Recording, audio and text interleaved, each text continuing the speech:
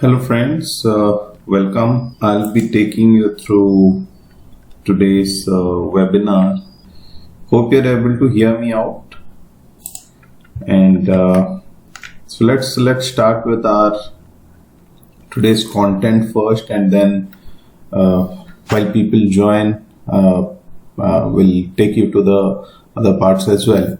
So in today's webinar, what we are going to cover is this has 6 sessions, so approximately 10 minutes each. We'll try to cover it even a little faster than this, so that all of you can have a good time on a Sunday, not attending this webinar entirely. But the first one itself is a Harvard Business School case study, and then we'll go to Lean Six Sigma, why it's a life-changing experience, I would say. Then what is Lean Six Sigma? And then there are about 10-15 frequently asked questions we get quite frequently across different channels. And we'll try to answer only 10 of those, the top 10 we receive. The next part is the same HBS case study what we will go through in the initial stages. We will try to understand with Lean Six Sigma world, how does it look like, or how we can solve this problem, how we can understand it in a different way, we can understand it in a completely different eye. The next one would be question and answers, where we will try to resolve if you have any questions. So starting with the first one, let me take you through the Harvard Business School case study. And if you want this case study, please share your mail ID in the chat box and we will share the case studies with you. So the case study is, let me start with the first one. Right. So before we get into the case study and all, let me share a brief about ourselves first. So we all go through this journey. In case you are already Lean Six Sigma certified, then you might as well know that we have to do a lot to learn Lean Six Sigma, isn't it? So my journey started personally in 2009. It's a long time from now, and while I got interacted with Lean Six Sigma in 2009 up to 2012, I actually did not understood what it is exactly, till the time I reached out to few mentors as well in LinkedIn and different professional forums and tried to understand what they're talking exactly, what is Lean Six Sigma and all. But still I could not understood much about it. Finally, in 2015, I enrolled for Lean Six Sigma Green Belt and got my certifications. And in 2017, again, I went for Lean Six Sigma Green Belt projects, and then finally Lean Six Sigma Black Belt, and now Master Black Belt project. But while doing all these things, I understood that we need a common forum community which can actually help Lean Six Sigma professionals and people who want to learn, because this is so complicated and you need a mentor to learn this. So that's it. And today we have a forum where our focus is on Lean Six Sigma Yellow Belt, Green Belt and Black Belts, and we do certify people also through this forum. I am just a part of it, so I won't be taking you through the entire forum, but there is a YouTube channel and we share our free contents in this YouTube channel as well. And if you want to participate there, share your videos also. In case you want to interact, I have shared in the chat box the link. You can go through that. The second part is, while you go through all this YouTube videos and all, you might also have some doubts which might come into you. Those doubts you can clear by joining our group. I have shared the Facebook group link as well, which you can join. This is the Facebook group and Visual Lean Six Sigma.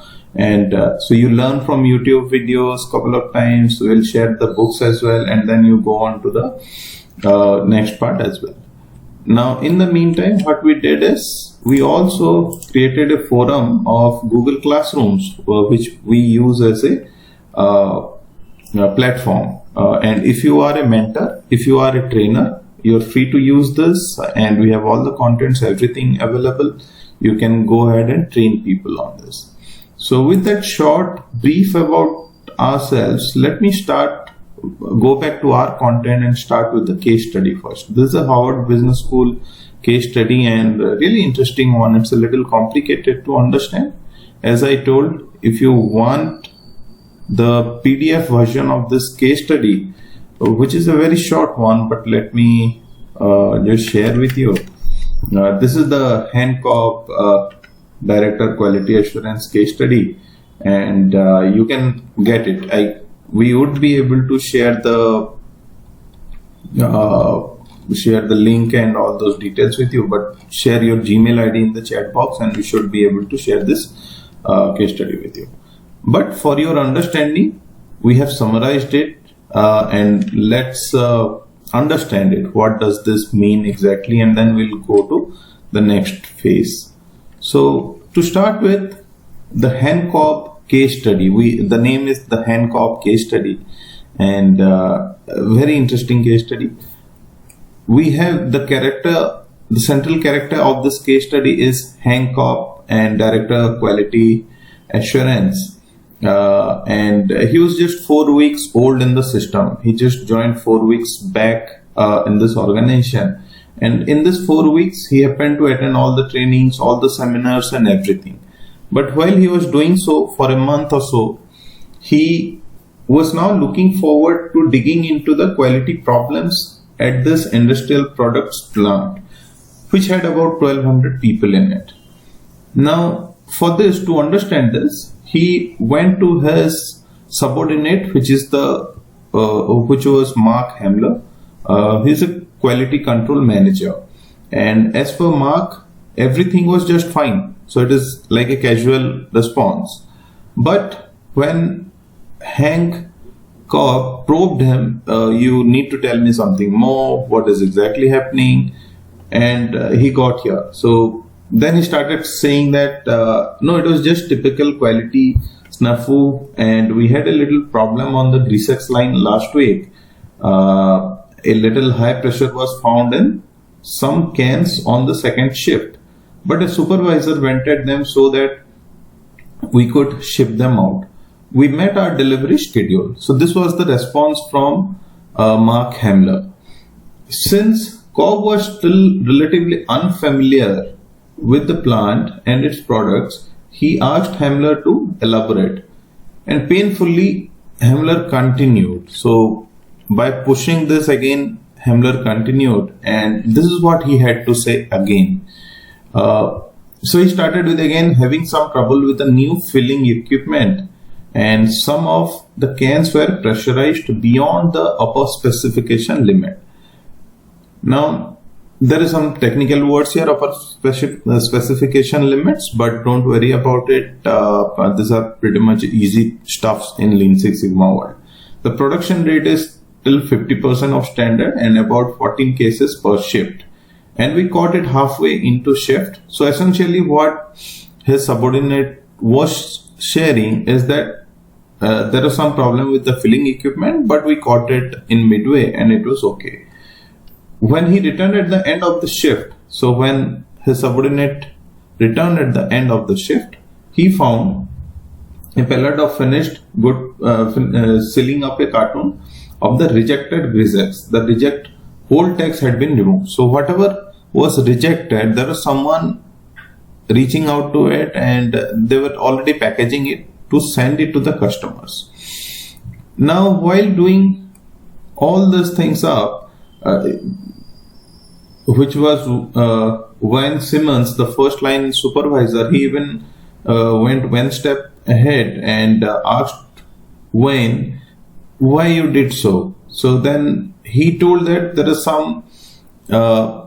something he did with the cans to depressurize it and ensure that the pressure are less and as per the specification so that it can be shipped out. Production planning was really pushing for the stuff and they could not delay by having it sent to the rework area. So they could not even afford to send it to the rework area. He would get on the operator to run the equipment right next time.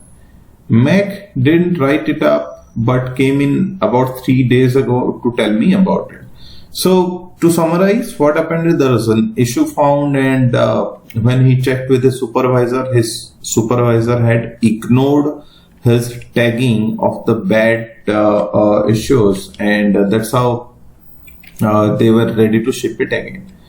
Now, after hearing all these things, Kolb was actually confused that what is happening exactly, and he was dumbfounded and he didn't say much. But while he was getting recruited, his boss, who was the general manager, he warned Kolb about there is a lack of quality attitude in the plant and asked to do something about this. We have to improve our quality. It's costing us lots of money, I am sure of it, but I can't prove it. Hank, you have my full support in this matter. You are in charge of this quality problems. This downward quality, productivity, turnover spiral has to end. So this is what he had to say when he recruited Kolb. And this incident happened a week before. The goods were probably out in the customer's hands by now. And everyone had forgotten about it. There seemed to be more pressing problems than this for Kolb to spend his time on. But this continued to nag him. He felt that the quality department was being treated as a joke, and he also felt that this was a personal slap from manufacturing. He didn't want to start a war with the production people, but what could he do? Kolb was trouble enough to cancel his appointments and spend the morning talking to few peoples. Now, what Kolb did was, after this, Kolb went to each and every department to understand what exactly happened. And there is lots of stuffs in between. Like from personal, he understood that the operator had just been transferred from shipping. He had no formal training. Tested the high pressure. The operator was nowhere, so there is no resource as well. From plant maintenance, he also felt this was particular piece of automatic filling equipment, and this was purchased 2 years ago. So there is lots of detail from plant maintenance as well. Similarly, when he went to purchase, same issues. The purchase also shared hell lot of issues with Kolb, that like an increase in application pressure at the filling head by maintenance adjustment had solved the burr application problem, or had at least forced the nozzle heads on despite the burrs. Purchasing agents said that they were going to talk to the sales representatives of the nozzle head supplier about this next time he came in. Similarly, from product design as well, they were sharing lots and lots of issues. Now, he went back to his desk and tried to understand what exactly has happened.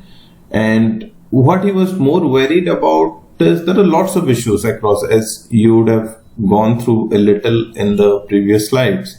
And since there is so much issues here, he had no way of knowing how much hazard high pressure was, so there is no quantification done in across this, and he was since new. However, the summary was that while he was attending all this offices and training events and everything, the quality challenge, he talked about productivity, quality challenge and everything, but nowhere they told him what to do when this happened. So if you get into this sort of a situation, there is no way they told that what to do when this happens exactly. And also, he still doesn't know exactly what he should or shouldn't do, or even what he could or couldn't do under these circumstances. So this is about the case study in brief. As I told, if you want, we can share your mail ID, and that would be helpful for all of you. Now, how we can use Lean Six Sigma principles here. So we can use Lean Six Sigma principles, and that only we will be able to do once you know a little bit about Lean Six Sigma. So let's move on to our next section, and we will come back to this case study again, as I told you. So we'll talk a little about Lean Six Sigma, why it is life-changing methodology, and then we will come back to this case study again. So for the timing, let's try to understand what is Lean Six Sigma. So it has changed lives for sure. Those who have got into Lean Six Sigma, they know it. But for you, if you are hearing this for the first time or you are interested in, this is a little difficult to understand. However, let me take you through a few of the examples which we experience day in and day out. And how to do this is, suppose, for example, what if you are considered as a problem solver? So wherever there is a problem, you are being asked to come and address that problem. And you are called to discuss discussions, meetings everywhere, wherever there is an issue, there is an unsolved problem, and maybe after 2 years or 3 years, you are able to tell now that yes, I have worked on 20 problem solving projects or process improvement projects. Your approach to problem is completely different than others. So while people recognize that this guy does something different, and we don't know how he does, but the problem solving ability is amazing. What if you start listening to this sort of favoritism from around your stakeholders, right? So that's what Lean Six Sigma does, and if you really understand it at an in-depth level. These are few of the examples I come across, and these are few of the peoples also I have interacted, fortunately. And I'll just go through this. In what seems like an overnight, I have a green belt in Lean Six Sigma and a totally new way to look at life. The changes at work passed me by with no problem. I actually got a promotion to go with my green belt, and also while I was studying, I was able to apply what I was learning to circumstances at work and help my company find ways to save a lot of money. Heck, I found things in my personal life that I could be doing much more effectively as well. So this is one of the feedbacks, and that was Mac, by the way. I interacted with him a couple of years back, and it's hosted in some web as well. Now, another example from this is a feedback from Tom, which was in Virginia, USA, and he was a supervisor, and he says that Lean should not have changed anyone's life.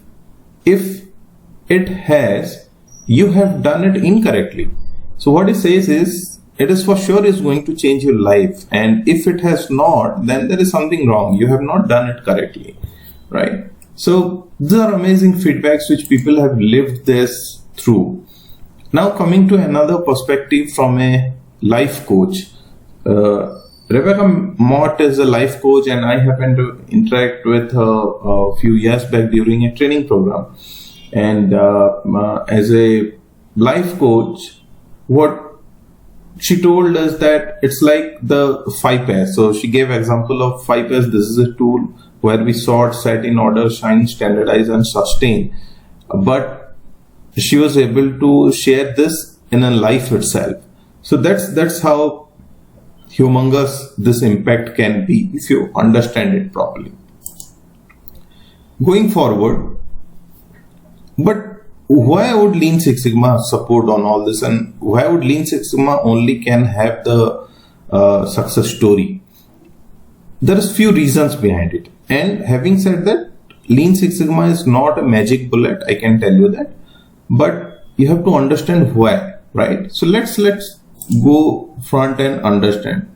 And let's take an example where you are in a meeting, you are inside a meeting, and there are people who are working on this meeting. There are lots of information being shared, and while this information are being shared, you start to think, isn't it? Each and every information which is presented gives you some thought, like you're seeing something here, you're seeing something here, you're seeing something here. And all this gives you option 1, option 2, option 3, option 4. And option 1, 2, 3, 4 can be the problems or can be the solutions as well. But out of those, you select only one option, maybe option 3. You're choosing option 3 only. But why would you choose option 3 only, right? Now, this is what we call as intuition, right? So based on your past experience, your previous experiences, you're taking a decision, right? And that itself is something you're intuitive about going for option 3, not for option 1, 2 or 4. Now, this intuition has a big part to play in decision making, right? But does it actually help? Does intuition really help us? Let's go back and see the same example with a newer case study, right? With a newer mini case study. Suppose you are working on a project to improve the throughput of a manufacturing process by rearranging existing sub-processes and even adding new processes to it. You have multiple options to choose from. After few brainstorming rounds, which option should you select, right? So it's like, suppose this is the pool of, this is your process, and there are a few ideas you have here, there are a few ideas you have here, and your task is to rearrange all this in a sequential manner so that your throughput increases. For example, your ideas can be add additional worker to the storage process, add few forklifts in assembly process, change worker shifts, change technology to ensure governance, and so on and so forth, right? So while you start to doing this, you are doing this with intuition. So like this should come here, this process should be coming here, this process should be coming somewhere here. Like this is based on the color. You can relate it to your intuition as well, right? And similarly, while you are doing all these things, you have all those previous experiences related with it. So it's like you're thinking about your past experiences and then you are taking all these things from there. However, while doing all these things, what if we can add one layer of decision support to all your intuitions? Like we can say that if you bring this process here, it will have an impact on your throughput like this. If you bring this process here, it will have an impact like this. Or individually, this process will have this much impact. And based on your intuition, you are saying this is process 1, 2, 3, 4, and 5, the impact. And this we can call as a data-driven impact, right? And this is what Lean Six Sigma does.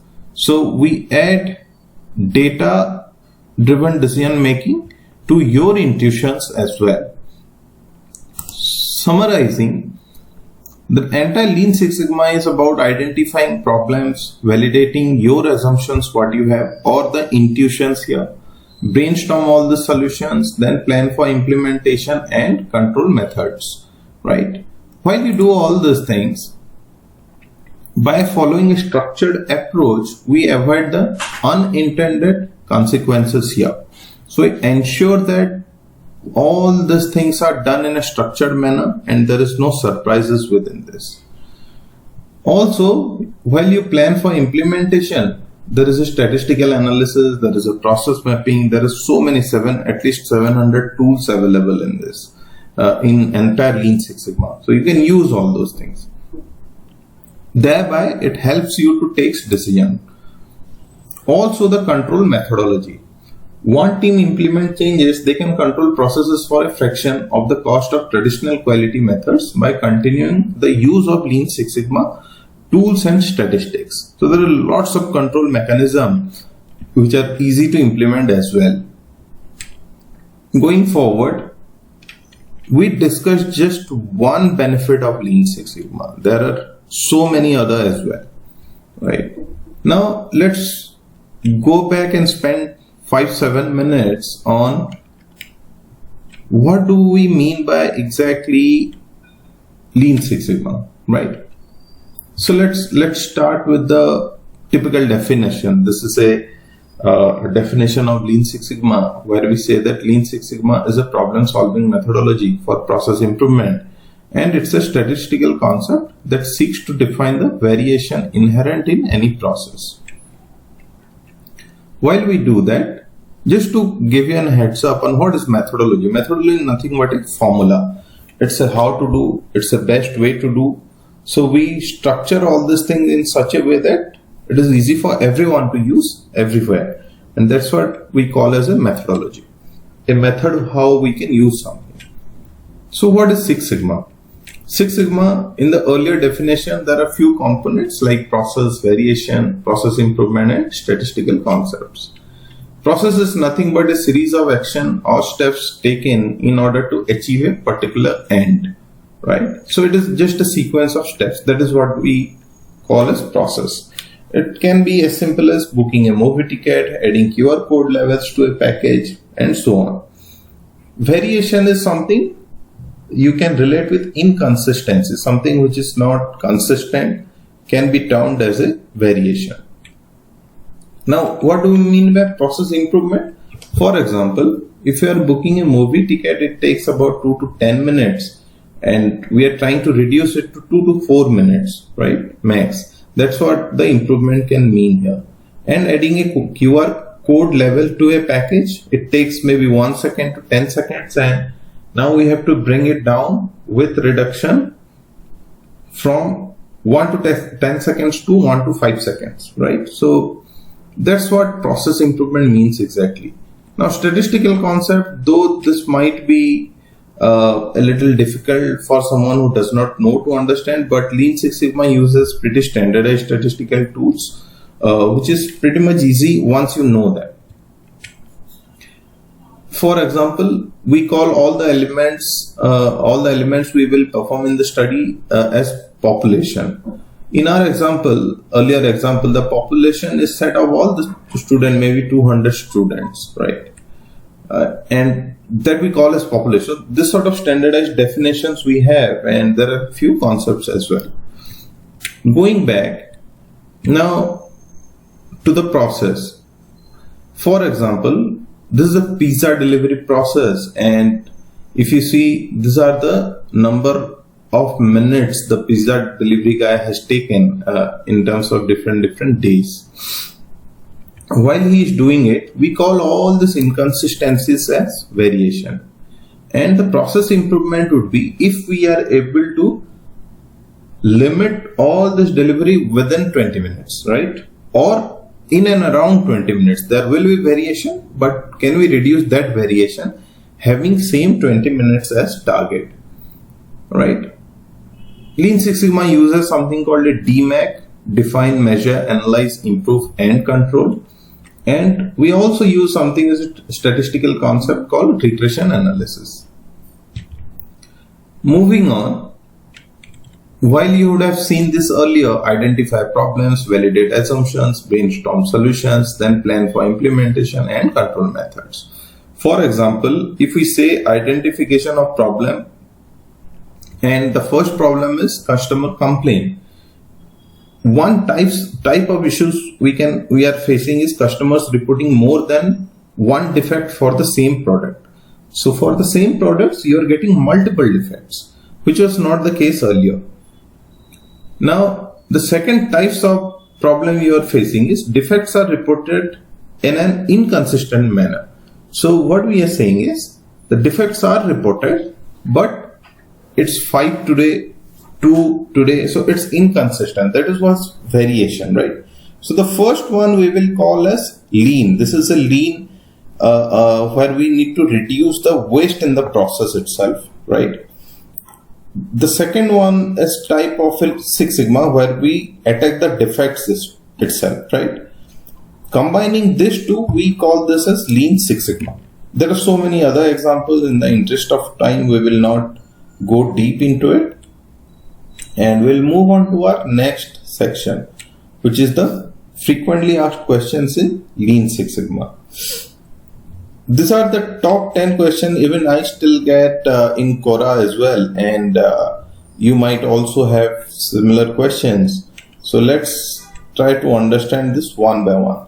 The first question we get is, what is the best institute to get Lean Six Sigma certifications, right?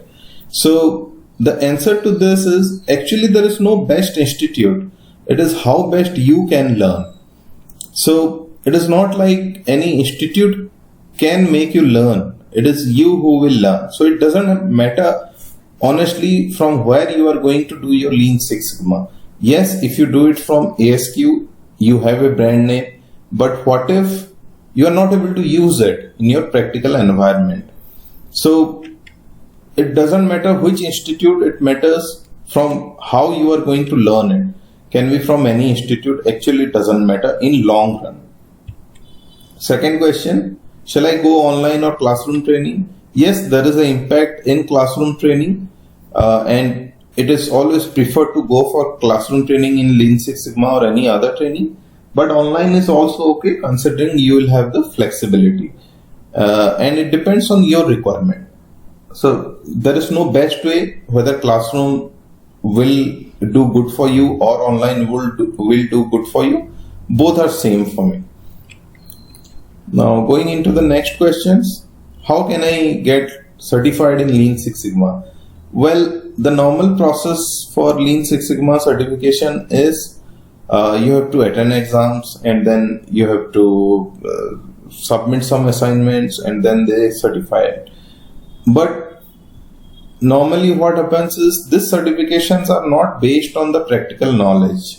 Like in this forum, we are talking about the Missouri Lean Six Sigma, and we have also certified so many people, but they are not based on the exams or anything. It is based on assignments. It is based on projects. It is based on your learning, right? Assessment is only a part of it to understand how much knowledge you have acquired from that training, but that does not essentially translates into a project. So for you to get certified, you can opt for any of the institutes. You can reach out to support@missouri.in as well. They will also help you out to share some of their thoughts and their options how you can get certified, but I won't talk much on their projects here. So let's move on to the next one. My organization does not use Lean Six Sigma. How this certification will help me? So this is a very fundamental question we get from everyone. And so Lean Six Sigma, yes, if your organization does not use Lean Six Sigma, there is a challenge. You may not get a project at all. But having said that, there are 700 tools in Lean Six Sigma to be used, like a process flow diagram, right? Do you know what is a process flow diagram? And ask yourself. And process flow diagram can help you everywhere. Doesn't matter if your organization uses Lean Six Sigma or not. A SIPOC per se, supplier input, process output, customer, that also will help you everywhere in the world.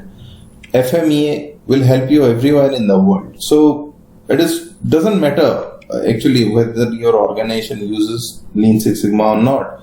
It's still you can go ahead and use it. The next piece, how Lean Six Sigma can help in X industry. So normally we get, I am in pharmaceutical industry, I am in IT industry, is it going to help or not? And the answer is yes. So Lean Six Sigma is a industry agnostic methodology which fits into each and every industry. However, you need to know each and everything about all those tools which you have to use in which industry. It doesn't necessarily mean that in a research process like COVID-19, in a research process, they need to use Lean Six Sigma. They may not need to use Lean Six Sigma. There are better methodologies than that. So you need to understand first which projects I have to go with Lean Six Sigma and which projects I cannot go with Lean Six Sigma. But it is industry agnostic and you can go ahead with anything, any of the industries. What is the cost of Six Sigma certification program?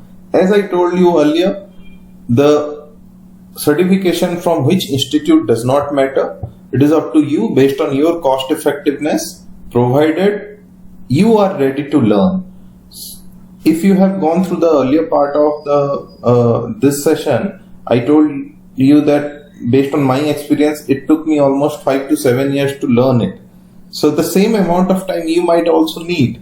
So it is up to you which institute, and the cost depends on those institute again. But it doesn't matter. Go for the whatever you can afford and then try to learn it on your own. And obviously you can reach out to us for any support. We are there to help you free of cost. What is the difference between taking a free Six Sigma course certification and with fees? Does this have the same value? If you talk about free certifications, like we also offer some free certifications, and there is no difference. So we offer free certification because people can learn on their own, and the paid ones like other institute might be already offering is because they will have a structured training program for you in a shorter duration. So again, it's up to you to learn, and it doesn't matter if it's a free or it's a paid one. It is you who will make the difference, not the institute. Institute can only supplement how you can learn and what you can learn. Is it possible to sustain Six Sigma for a longer period, and how? So to sustain Lean Six Sigma, as if you know already what is Lean Six Sigma, it depends on the customer requirements. So if you improve the customer, if the customer requirement is increased, then you may not able to retain Lean Six Sigma, right? Again, you have to revise your process, and again you have to ensure that you change all those specifications in order to maintain Six Sigma. Is it possible to sustain? Yes, it is definitely possible to sustain Six Sigma, but you need to be proactive on that. You cannot just sustain Six Sigma without doing anything, right? Now coming back to the second part of the question, how you can sustain Six Sigma? One, understand your customer requirements, and second, once you understand your customer requirement, you have to ensure that those requirements are met continuously, and customer requirement changes very fast depending on the industry. So you have to be very much proactive to ensure that customer requirements are met, and that's how you can learn it. How Lean Six Sigma is related to QMS or ISO family? So I am understanding maybe this is ISO 9001 series, ISO OSHAS, so many different series are there. And if you know already quality principles, then quality means again fundamentally customer requirements. And Lean Six Sigma has only one focus, that is customer requirement. And that's how Lean Six Sigma is really related with QMS or ISO family entirely. But there are more in depth to this, like if you talk about the DMAC methodology in Lean Six Sigma is related to PDCA in QMS, right? Or some other methodology, but DMAC in principle stays within QMS as well. There are more illustration of this, but for the interest of time, I'll not share all those here. You can reach out again if you have any questions. How Lean Six Sigma can help organizations? Obviously, Lean Six Sigma can help organization in meeting customer requirements. So as I told earlier, it is about customer requirement, it is about efficiency, it is about how you deliver to the customers, and how you ensure that those are maintained continuously, right? So moving on. Yeah, so we are done with our frequently asked questions in Lean Six Sigma. I hope whenever you are going through it, you might be able to understand.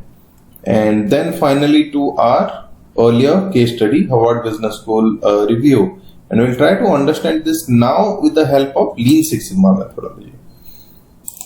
So the fundamental principle of Lean Six Sigma, or one of the methodology of Lean Six Sigma, is DMAC: define, measure, analyze, improve, and control. Right? And don't worry if you don't know it as of now. This is very easy to understand. For the time being, just understand there is a methodology called DMAC.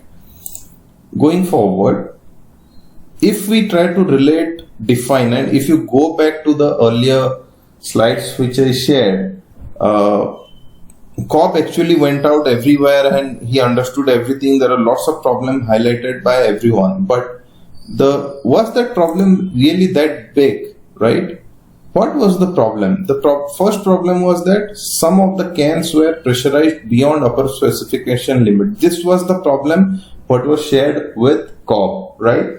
But Kolb went 10 steps ahead, getting in connected with everyone to understand everything from everyone. But that was not required.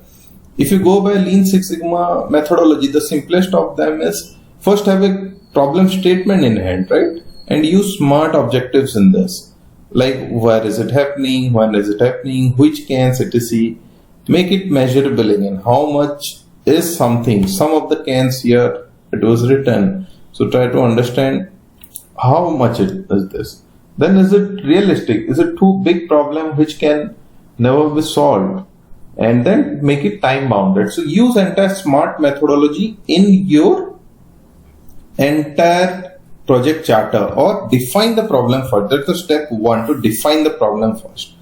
Then what are we trying to solve here? So though this is the problem, you know what is the problem, but where will you go after solving this? So you need to have a goal statement. In Kolb's case study, we never find any goal statement, anything, right? He was just digging around, understanding all the problems. That's it. Then who will work on this to solve? You need a team to solve this problem. Who is that team? What are the timelines? What are the plans? And so on and so forth, right? So in define stage, we define the problems and we have a project charter around it. That's the first step. Step two, on the measure stage, how many, right? How many cans were actually defective? That measurement was not visible in Kolb's case study, right? So again, even if you measure the number of cans, that is not enough. We needed something known as a CTQ tree here, critical to quality. Just for illustration purpose, I am sharing here the cans pressure was what we needed to measure and must be between some specification limit. But this pressure is not in the manufacturing unit. This pressure should be there when it reaches to the customer. So unit number of cans which are, so what we need to measure exactly first is unit number of cans which are beyond specification to unit number of cans which were not sealed completely also. And there can be so many like this, right? So you don't need only to measure the number of cans which are defective at that point of time, but you need to have cans which are defective when it reaches to the customer finally, right? So that's, and then finally ensure that those measurements are correct. Moving on, now you would have seen the earlier, Kolb went everywhere. Personnel department, plant maintenance, purchasing, product designing, packaging, manufacturing, marketing. He went everywhere, all this. But were this all reasons, whatever he found, good enough to solve this problem? So there is something we call in Lean Six Sigma world as vital few and trivial many. Apologies for a typo here. And each of this can have reason 1, reason 2, reason 3, reason 4, something like this. But in this Lean Six Sigma world, as you might have gone earlier, we don't just take all these things for granted, and we do some data-driven assessment on this, like hypothesis testing. And from this testing, you will know that there is further 10 solutions available, and out of that, you have to use only solution 3, right? Something like this. And finally, to improve and control. While we improve, we don't need to improve all the solutions we have listed out. We need to improve only one solution out of it. And finally, control it with some methodology which is already given in Lean Six Sigma, and you can use it. And this entire flow was structured problem solving rather than going from pillar to post like Kolb did to understand everything, right? So that's it. And if you still have any doubts, anything you want to understand on this, do reach out to us, and we will try to solve all your issues and queries. Thanks a lot, and thanks a lot for viewing. And we will keep scheduling this sort of sessions more. Thank you.